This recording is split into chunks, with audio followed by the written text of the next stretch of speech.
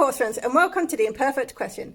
This week I'm with my friend Robbyn and her horse Mr. Bean, and we're going to talk about her new business, Hack and Hound. Let's go. Oh, oh, oh, oh, oh. Let's go. Oh, oh, oh, oh, oh. Let's go. Oh, oh, oh, oh, oh. Let's go. Oh, oh, oh, oh, oh.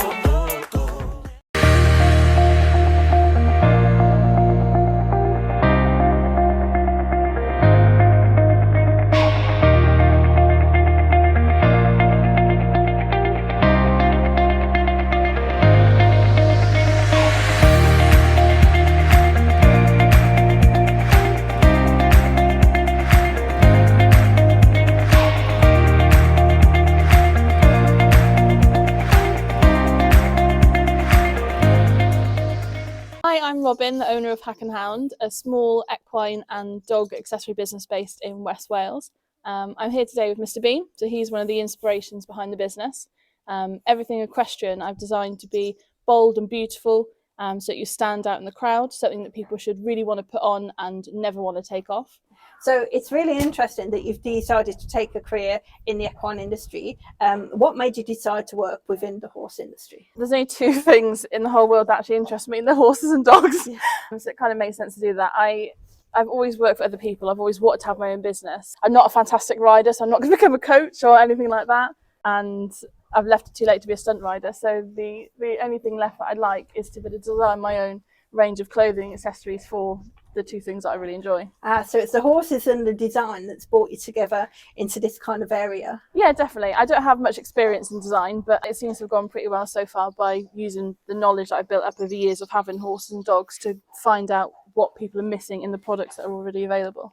That's lovely. That's great. And what did you find that people were missing in those products? I think a lot of people just think that riding clothes can be so boring. There's nothing exciting about it. It's all black and beige and navy and tweed. Some people just want something a little bit more exciting, that if they go straight from riding their horse to the shops or to the gym or to walk their dog, that they don't have to go home and get changed. I see. That's really, such a good idea. It really is. And there's lovely designs and patterns on them. I do like them. And you have a Highland cow one as well. You say, does that actually have Highland cows? Yeah, it has Highland cows. They're like a crimson colour with Highland cows on, and they've been really popular. It seems everybody loves Highland cows. Oh, everyone loves a Highland cow. And what's special about your pads? So the special thing about these is that they're lined with 90% bamboo. So as your horse sweats, so obviously Mr. Bean's quite a sweaty, hairy cob, although he's been clipped, the sweat is absorbed into the bamboo and then comes out onto the velvet and is wicked away. So even after a hard ride, not that we do hard rides, but if you're galloping around and doing all that sort of stuff, then yeah, you'll find that the sweat wicks away onto the outside of the pad and you're left with a nice dry horse underneath. So they are good for the everyday rider then? Oh, definitely, yeah. Everything I've designed should be for an everyday rider. I've designed it for the sort of person I am, I suppose. So yes, there will be a competition range of riding tights, but everything should be every day. You just whack on and you don't really want to take it off. So did you literally design the shape and the logo and what colours you wanted? You literally took everything. That's amazing. It really is. It is really, because you kind of think it would be almost a pre-done to some extent. So that you've designed it it's just, I love that. So you've told me that you're hoping to put in base layers and helmet covers. So is there anything else that you see in the future in your range? So for the equine range, I'd like to introduce some fly veils and boots possibly. So you've got a full matching set. Yes, that'd be great. Lots more riding tights ideas. And then for women just themselves, not necessarily horse related, there'll be a matching range to go with like Oodies. They're all in one type of jumper that you can sit at home. And yeah, there's a lot more coming, but you'll have to wait and see. Yeah, that's really good. I love it. So is it very difficult to set up an equine business? It's been quite difficult, yeah. I also have a part-time job, so trying to fit in this and that can be quite difficult. Luckily though, working part-time outside this does give me the time to go to events and showcase the products. It has been really hard to get funding to start a new business, especially when you're already employed, but luckily I managed to sort it and we're off the ground running. Oh, that's great. Do you have any advice for anyone wanting to start a business in equine? Is it worth the effort? I think it's worth the effort, but I do think you've got to find a niche. You can't just go out and replicate something somebody else is doing, because there's tons of people doing that. So find something that you think that isn't already available or that you can rework in your own way. But yeah, it's so rewarding having your own business. I never want to not do it. I think that's really good advice. It's now time for Robbyn to get ready and get Mr. Bean tacked up, as she's going to take advantage of the sunshine and go out for a lovely ride. Still see your face in a a crowded room.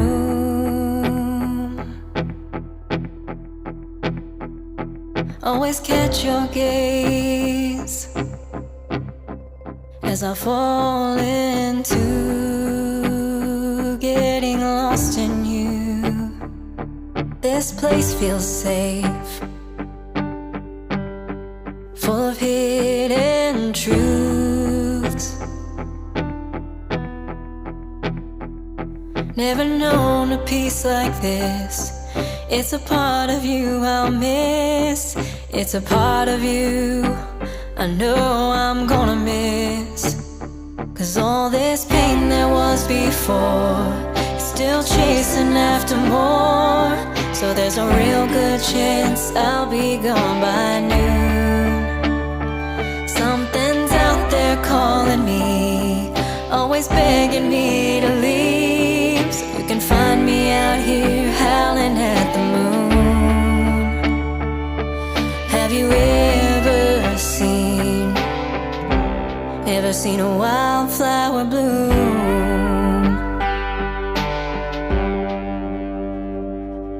You're beautiful, just watching you sleep. Robbyn and Mr. Bean are all ready to go, so let's set off.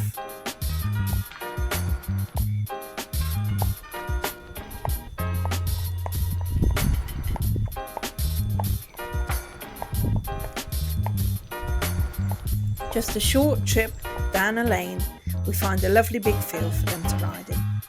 I'll see you in a bit, guys. Have a good ride.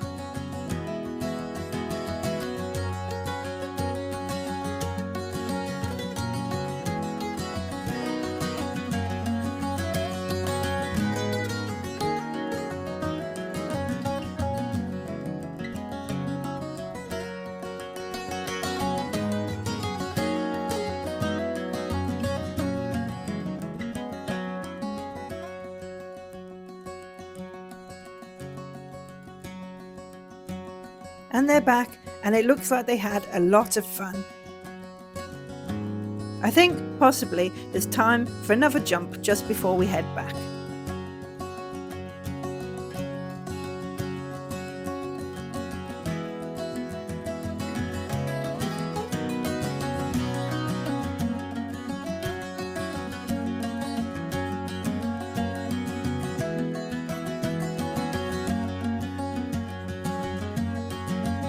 What a good boy Mr. Bean has been. Just a quick snack and a chance to get his breath back, and then we'll be off again back to the stables.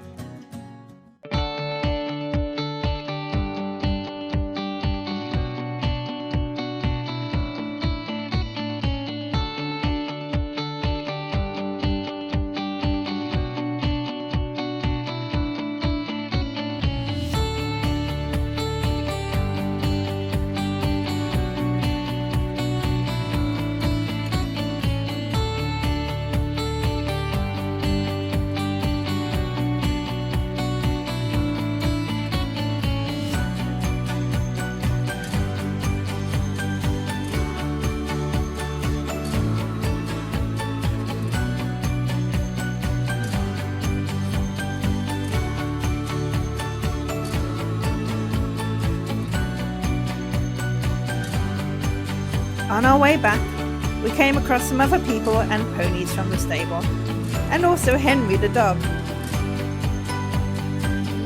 How lovely these ponies are. Hello, Henry. We'll see you in a bit.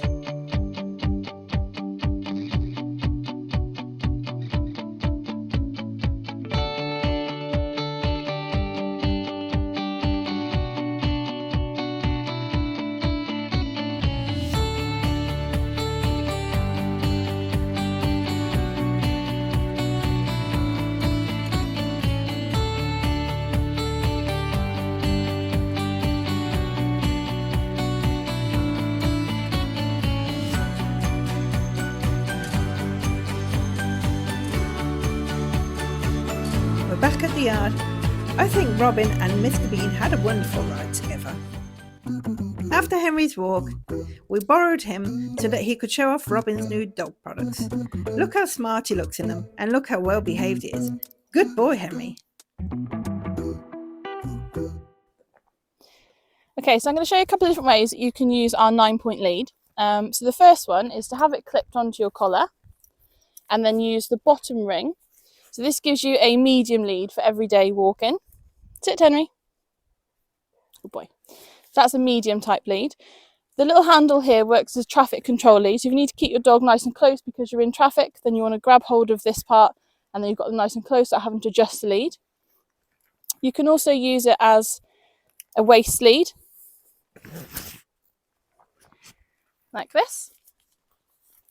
So just slip the clip through one of the rings and then you can tighten it to whatever size you need for your waist, and then you've got hands-free walking. Good for training as well because you've got two hands free. If the waist isn't your thing, you can also use it over your shoulder. So by doing the exact same thing, by changing the position, you've then got the crossover lead. You've also got an additional 3 lengths you can use this lead at. So you've got another slightly longer medium lead here. And then you've got 2 lengths of long and extra long, so using the 2 rings that you can see there. So you can have up to 2 meters away from your dog at any one point. This lead can also be used to tie your dog up. So if you're having to leave it alone temporarily, maybe outside a shop or using a railing at a yard like this, then you can use it for that. And you can also use it as a temporary car restraint, so if perhaps you've forgotten your own. All you need to do is have your dog on the harness or collar, as you would usually. Use the bottom clip through the nearest ring. The other ring will stop it. So now this can be clipped into an isofix in your car seat, and then you've got a dog restraint as a last minute alternative to your usual type. Also a range of matching dog walking bags. So they have a front zipper, they are shower proof as well, and you've got a poo bag dispenser in the side. You can pop one of your Adios poop bags in and pull it out the sides. It's always there for you. These all come with a matching treat bag. In here today I've got some peanut butter reward coins, which Henry seems to quite like. Didn't Henry do an amazing job modelling? It's time for Robbyn to take him back to his owner. Keep your eyes open for Robbyn's stand if you visit any shows or car booths this year. She's usually available on hand to give you some good advice and product information if you need it. Well, it's been lovely today to learn about Robbyn's business and how you can set up in the equine industry. And of course, it was great to meet Mr. Bean. If you've enjoyed today's video, please like and subscribe. It really does help our channel. We'll see you again next time. Bye.